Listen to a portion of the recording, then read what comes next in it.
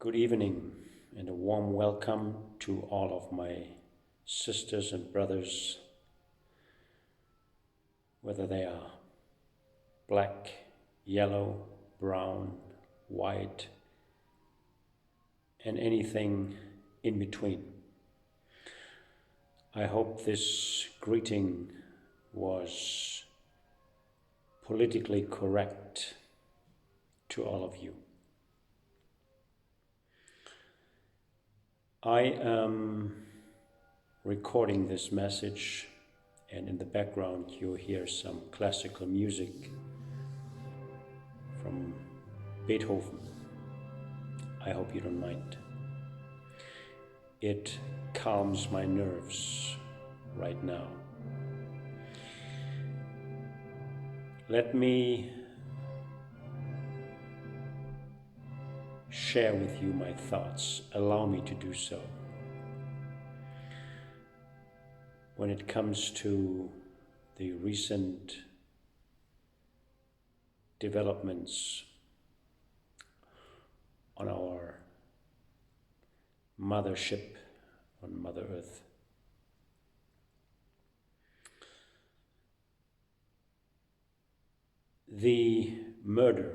The brutal murder of George Floyd is indeed very, very disturbing, saddening, and demanded this outcry for justice. I am under the impression that this justice is being served as we speak when it comes to these 4 police officers. I am fully aware of the rage and the anger that has been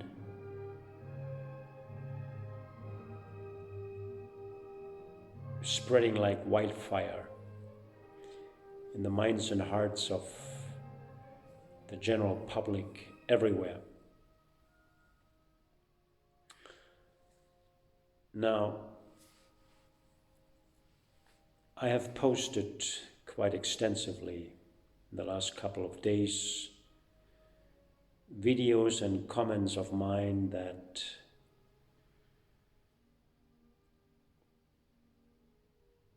caused a lot of mixed emotions, if not outrage in some cases, and or many positive feedbacks of people who embrace what I shared. As you have noticed, I am taking a stance on not just the Black Lives Matter movement, but on many topics that are not considered mainstream. I guess in my life I have never been really mainstream. Let me say that I am not perceiving myself as a racist. I don't identify such negative, devastating trait within myself.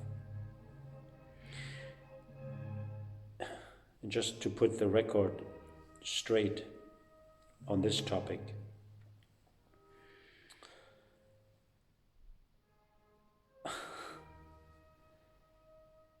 I have dated women of color,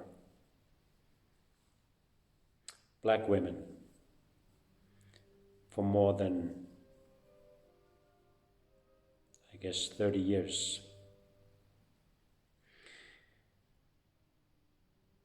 Because I love and adore the qualities that these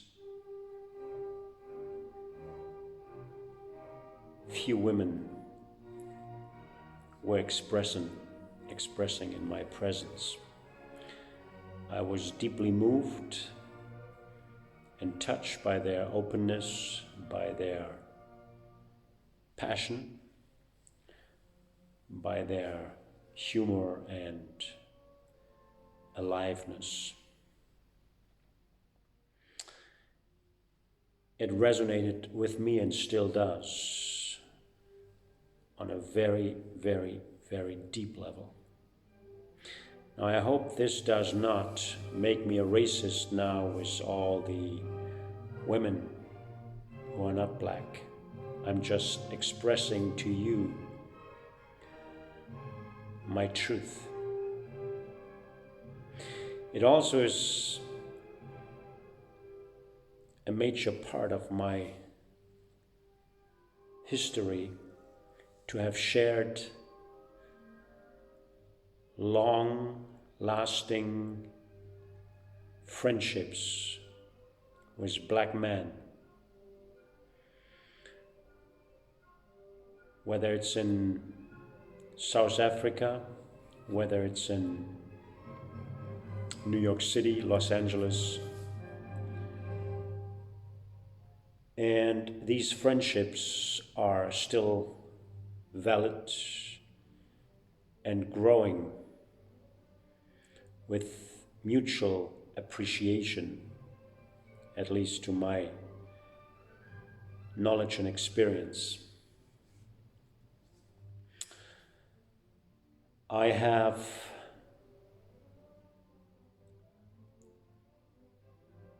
become a godfather of a beautiful child by the name of Hare Krishna, who happens to be a young black adult. Well, not yet adult. Hare Krishna is turning 13, I believe, in a few weeks.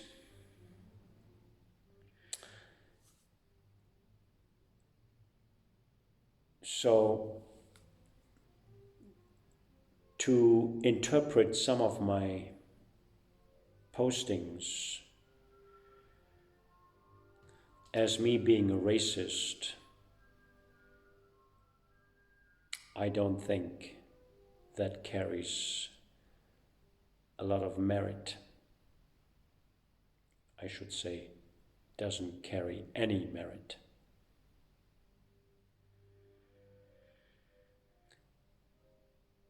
It saddens me that people make this kind of judgment just from reading some of these posts and my comments, my commentaries,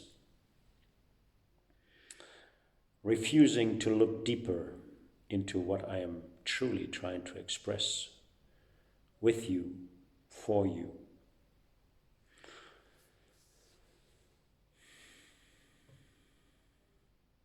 And let's not forget, I have a spiritual mentor for the last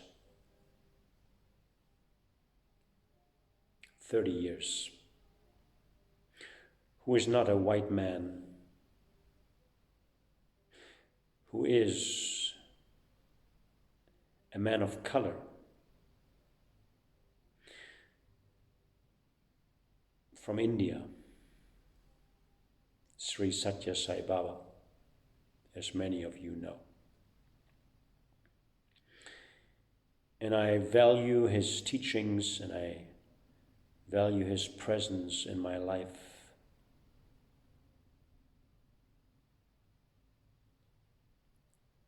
to such great extent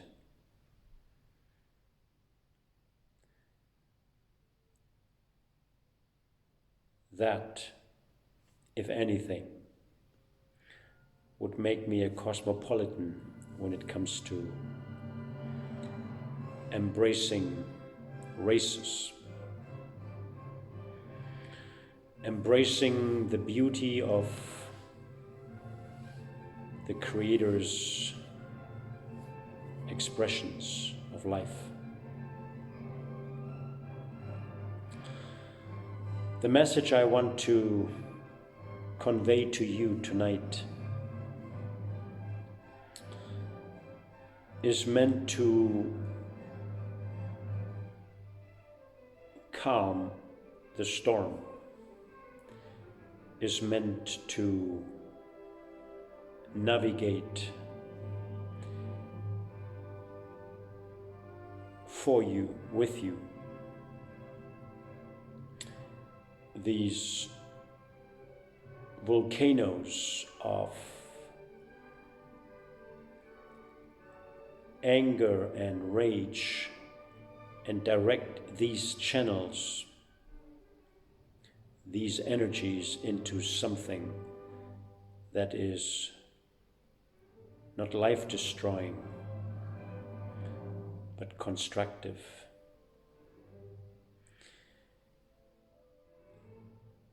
Into some kind of aggressivity, into action that is creating real transformation, real change for all those who are suffering from injustice, from deprivation, from poverty, and from systemic errors and malfunction within the economic fabric that we allowed to unfold in our societies.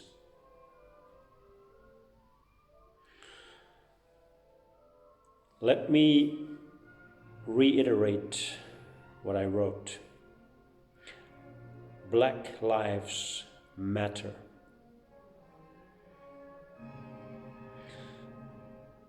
No question. That is, and that has been always deeply rooted in my heart. However, I don't want to stop there. All lives matter is my mantra. Love all, serve all, help ever, hurt never are my maxims.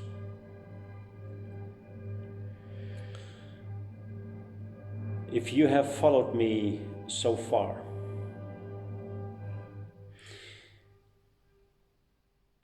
I want to thank you for allowing me to share my heart with you, my sentiments, and my concern. If you dare to go deeper, stay tuned now. If you are opposed to the concepts of karma and reincarnation, you might as well end your watching of my recording, because that's where I want to navigate towards now. Karma and reincarnation for me are facts, divine truths. Our Creator, our Mother, Father, the innermost cosmic consciousness,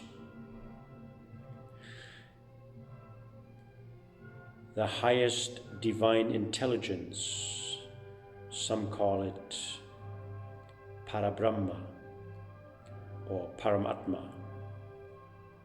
or Purushottama, is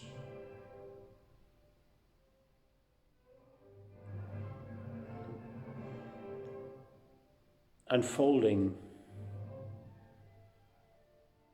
through us, through each individual soul.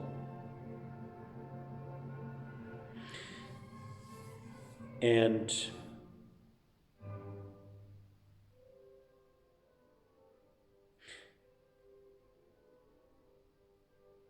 we, as these individual souls, as these Atmas, are called, are challenged to grow in wisdom, in understanding, in compassion, in true self-reflection, and through self-reflection into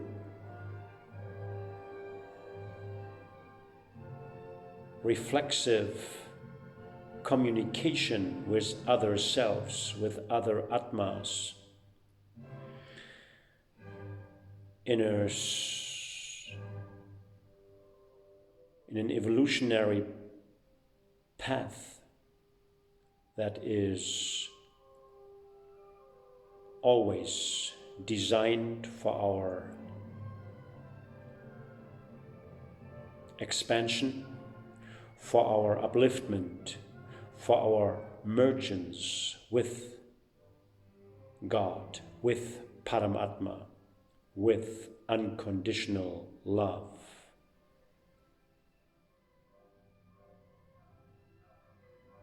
This evolution carries our souls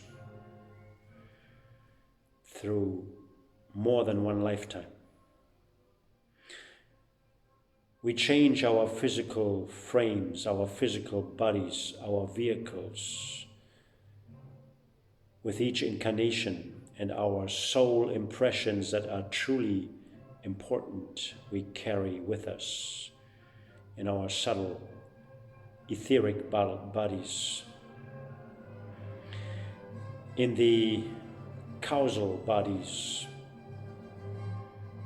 and everything that is important is imprinted in the spiritual Akashic records.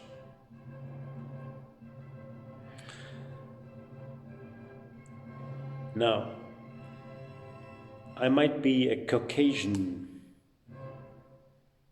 gentleman in this life,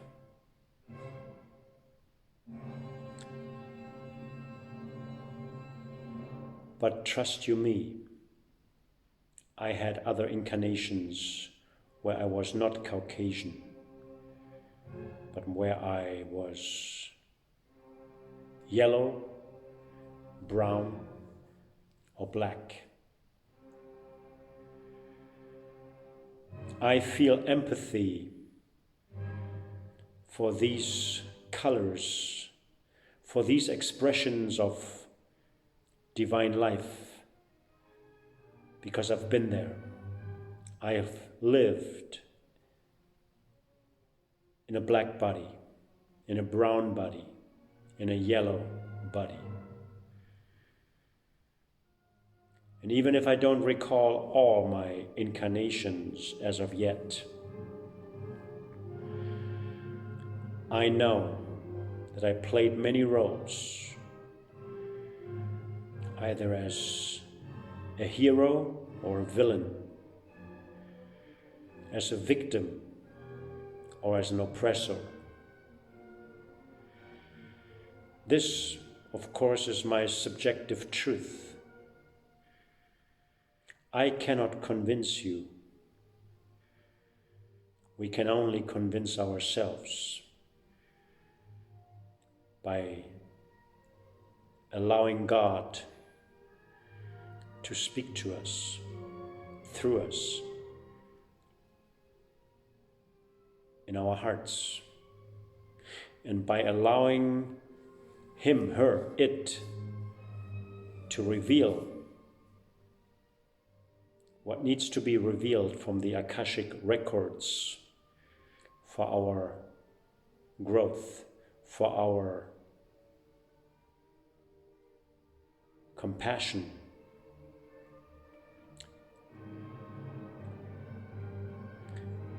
for our understanding. Now, I am utterly convinced that there are no victims in this universe. And I repeat that statement. There are no victims in this universe. We are playing the role of either a victim or a tyrant, oppressor, a villain. We are playing the roles of zeros and heroes, and that is due to our own decisions. That is happening because of our actions we performed in these various incarnations.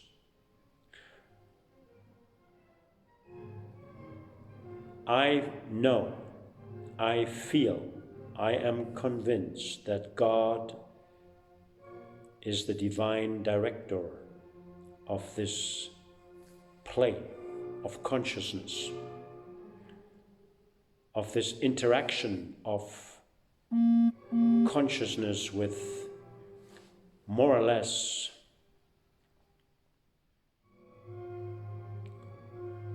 reflected awareness. We are being educated in a very slow but thorough process to fully embody Satchit Ananda sooner or later, eventually. Satchit Ananda being, beingness, awareness, and bliss.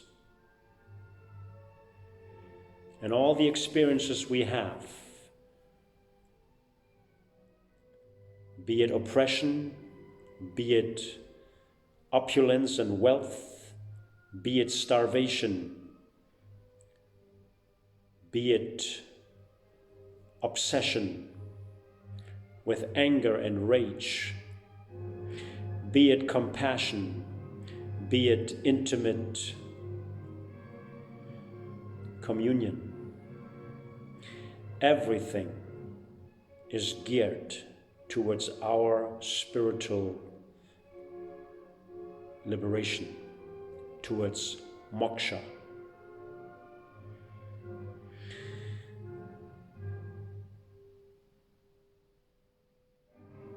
We are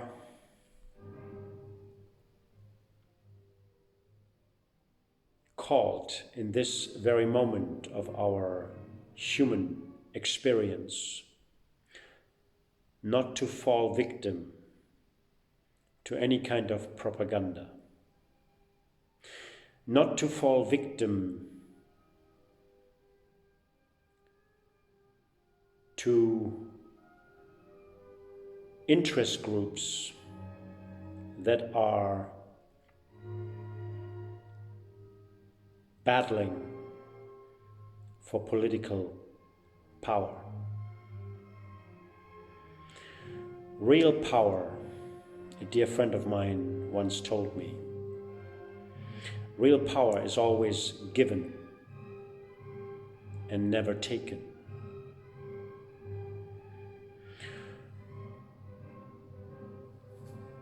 The Black Lives Matter tsunami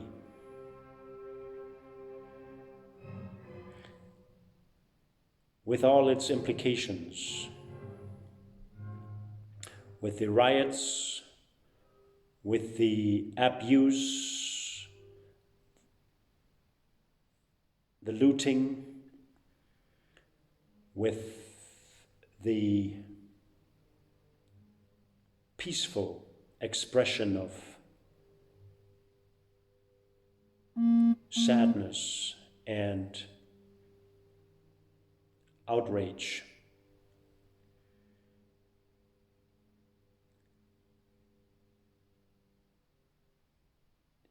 This very tsunami of Black Lives Matter is being instrumentalized for an agenda that is demonic, for an agenda that is not serving mankind's best interests.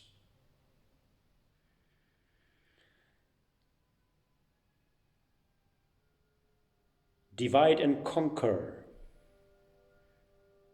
tactics are being used by certain individuals who wish to either stay in power or grab power for their own selfish needs, for their own selfish ends. I repeat, real power is never taken. Real power is always given. And I want to be more precise. It is always given by God. Whatever name or form you worship, it doesn't matter to the Father of creation. It doesn't matter to Mother Nature. What matters to her, what matters to him is that we evolve into compassionate, loving, understanding, tolerant, courageous heroes.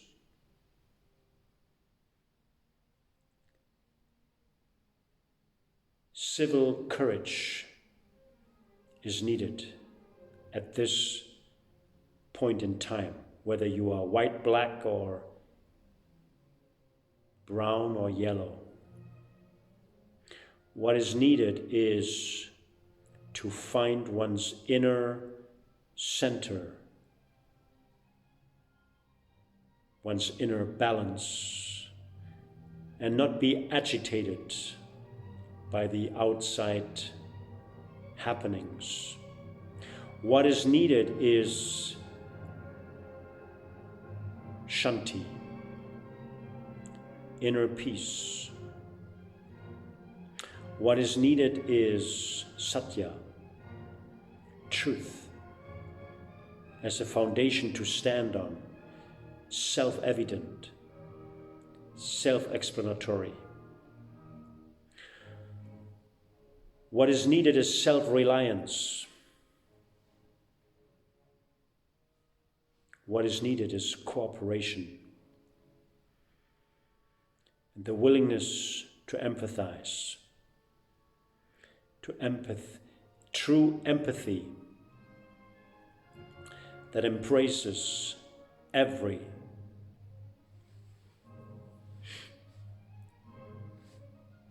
expression of life.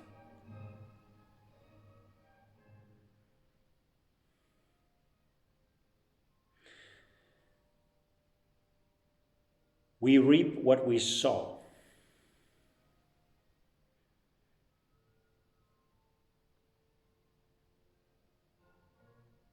Unless our surrender to divinity, to our own innermost divinity, is so real and so complete that God wipes away mountains of negative karma. He is totally capable of doing such. And only God knows when to wipe out this negative karma. I've said the following before, and I will repeat it. I might be a white police officer in this life, abusing my power, abusing my authority, and brutally murder a black brother or sister of mine.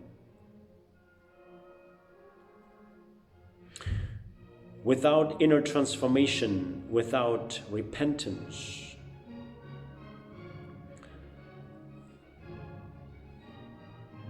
I can rest assured that I will have to amend through an incarnation in another lifetime as a victim of a brutal murder. And maybe in that lifetime my skin color will be black, and the person that will kill me might be a white police officer. God is not stupid. He knows what our souls need in order to grow in love. But we will not and we cannot understand the mystery of our evolution when we only look at one lifetime and try to make sense of all the different scenarios that we might have to face.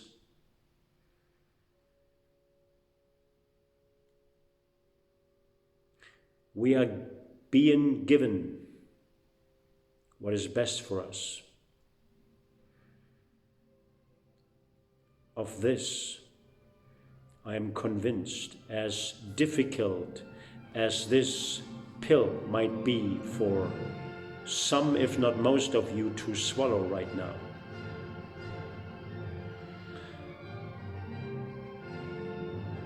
When a soul is truly innocent, black, white, yellow, brown, and everything in between. If a soul is truly innocent, past lives included, past karmas included, that soul will be able to command all negative forces in this universe, and no negative force will be able to touch or destroy that beautiful soul. Some of these bodhisattvas, as the Buddhists call them, take upon themselves the suffering that others might have to go through for their negative karma. They do this out of compassion. If we find ourselves in challenging, life-threatening, difficult situations, there is a deeper layer to be looked at, to be dealt with, to be embraced, to come to terms with. And for that, we need spiritual sadhana, spiritual exercises, prayer, meditation, and yes, yoga.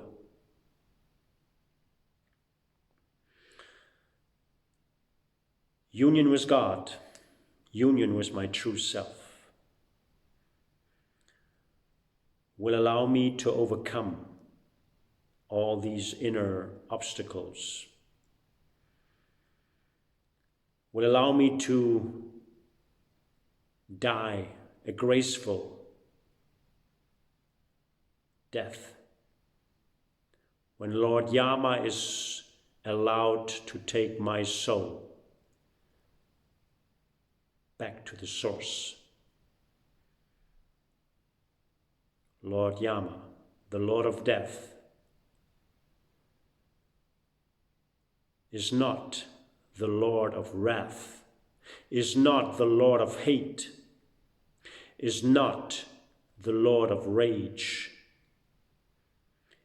Hatred and rage are self-inflicted and will always lead to destruction of life, will lead to negative karma, will lead to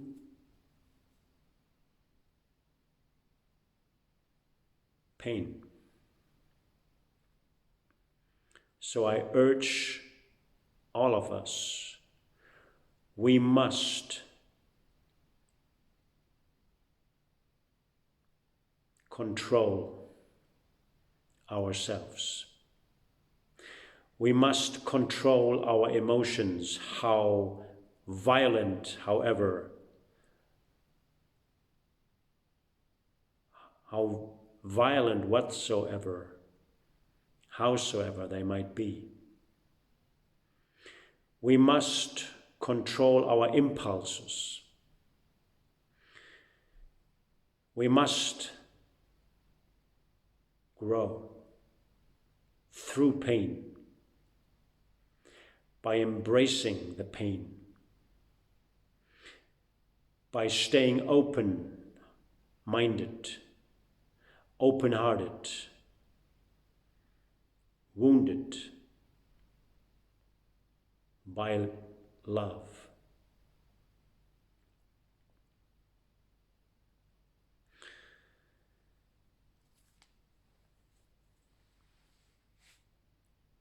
When some of us are in privileged positions, there's a reason for it.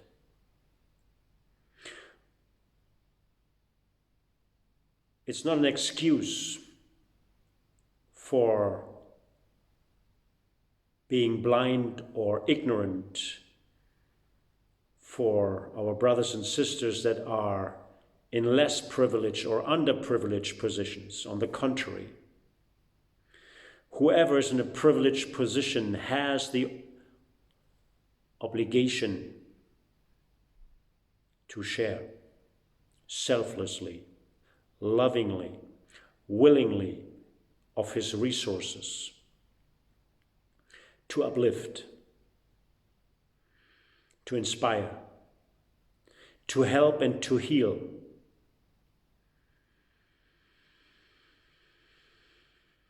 And whosoever is in a position of poverty,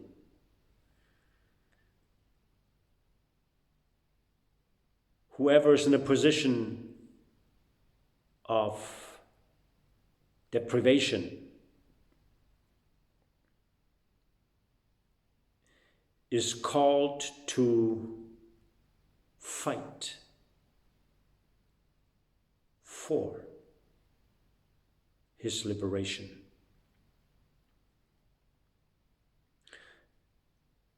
But not with violence, not with blind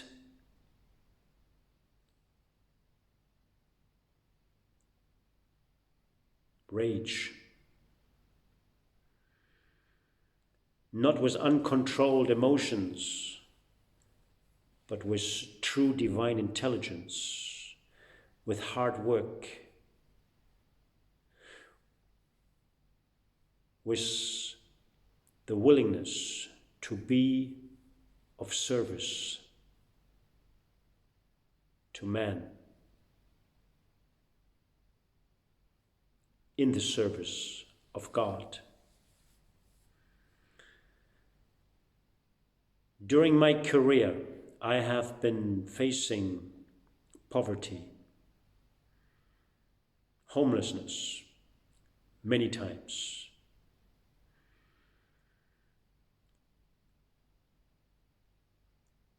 Despite my privilege,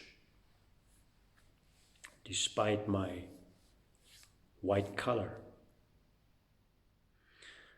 I have faced injustice, hardships, dangerous, life-threatening moments.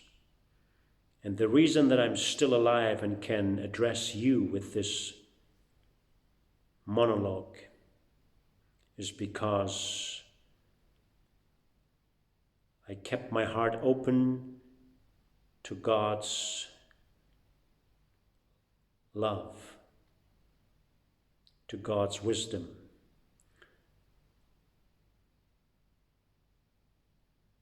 I was able to surrender to His grace.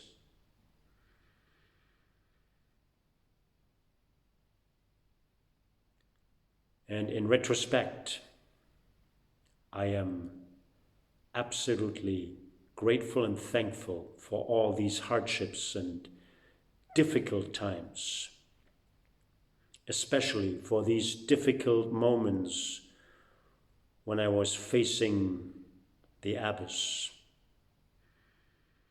because I learned so much in these moments. And I was able to grow inner strength.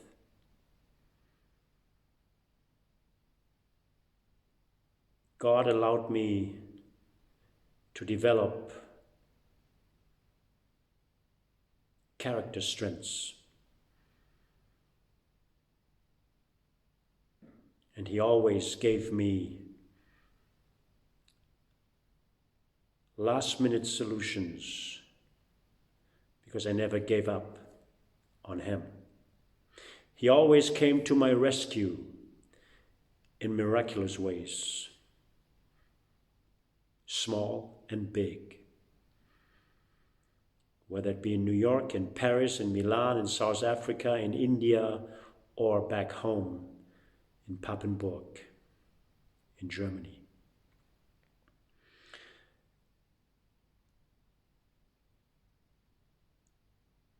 I shared some of these experiences in previous videos. I'm going to share more of my experiences in recordings to follow.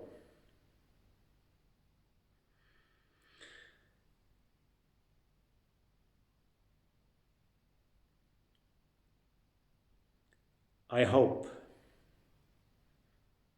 that this message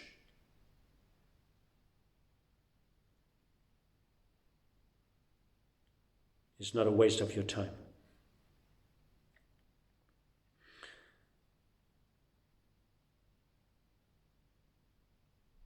Black Lives Matter. May this movement not be abused by special interest groups who want to control, not themselves, but us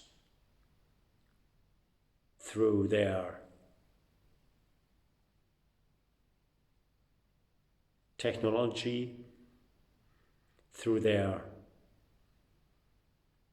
mass vaccination campaigns for profit, for their power grabs,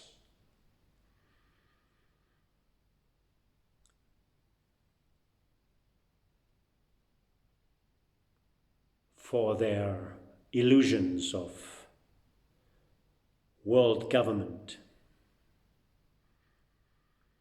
disrespecting or manipulating our national governments and parliaments.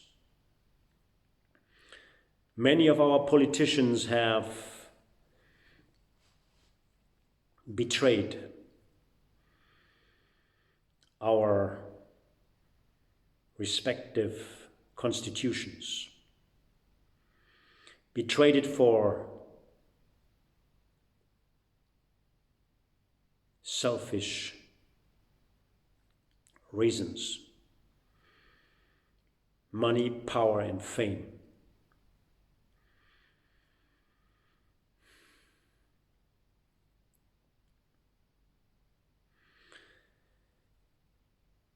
We are in very, very dangerous times.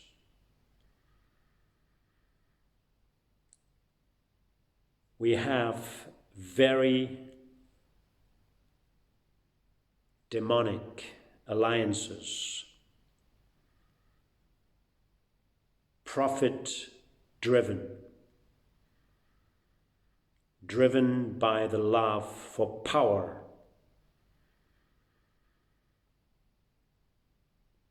driven by the love of sin and the fear of God. We are called to love God and fear sin.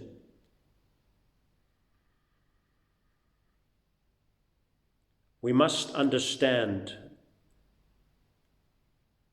the dangers of propaganda.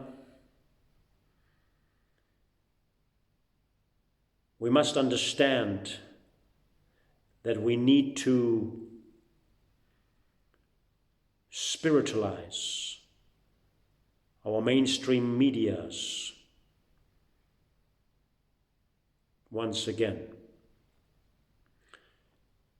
so that they function in an environment of truth, serving nothing but truth, serving in the discovery of meaningful, peaceful, non-violent, just solutions that help all, that create equilibrium and cooperation and unity.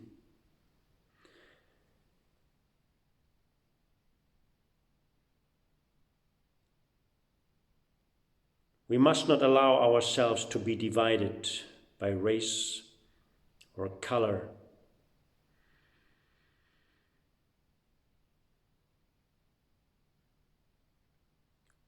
The white race is no better than the black race, or the yellow or the brown race. Each and every color is beautiful in and of itself. But we must not stop in our self-identification, being fixated on our skin color. What matters is the character within that skin. Women and men of character are needed to guide and inspire humanity out of this crisis. And we must understand that the real problem is rooted in our money creation system. The way we create money, the way we value money. We must identify who owns the gold. We must pray for those few individuals that truly own the gold stocks of this globe. There is an inner power struggle within the money creation elite. Some of them wish to pursue the demonic path, and some of them wish to serve God. Let us all pray that the forces of light and compassion, the forces of empathy, the forces of truth and justice and fairness penetrate our money creation matrix and our current money masters behind the scenes, so that they will do the right thing for humanity at large.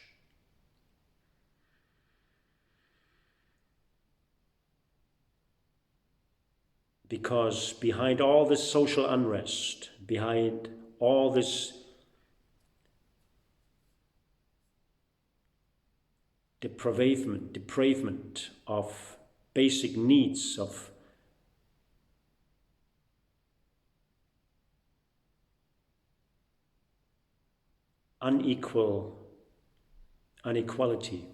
inequality, behind all this is the mismanagement of money as the root cause. Our fiat currencies have started to lose its purchasing power. And we are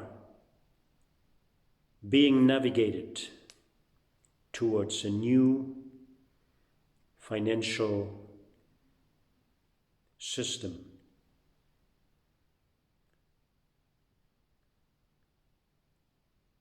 A digital money creation system. And only when gold takes its rightful, meaningful position as the anchor, as the foundation, as the heart and soul of money, will humanity experience the golden age that we all so aspire for, knowingly or unknowingly, consciously or unconsciously.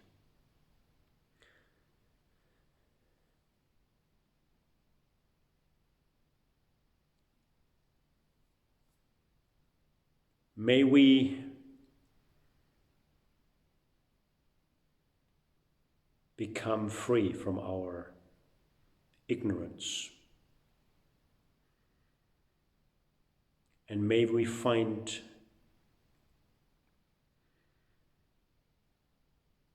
the inner strength to uphold respect, mutual respect,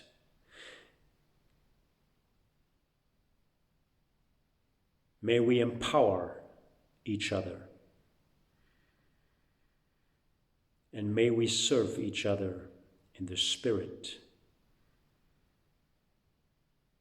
of joy and compassion. I am an optimist.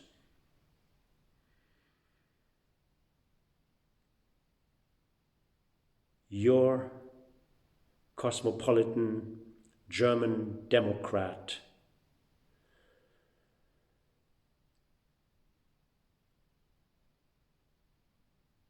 who loves all and wishes to serve all. Namaste.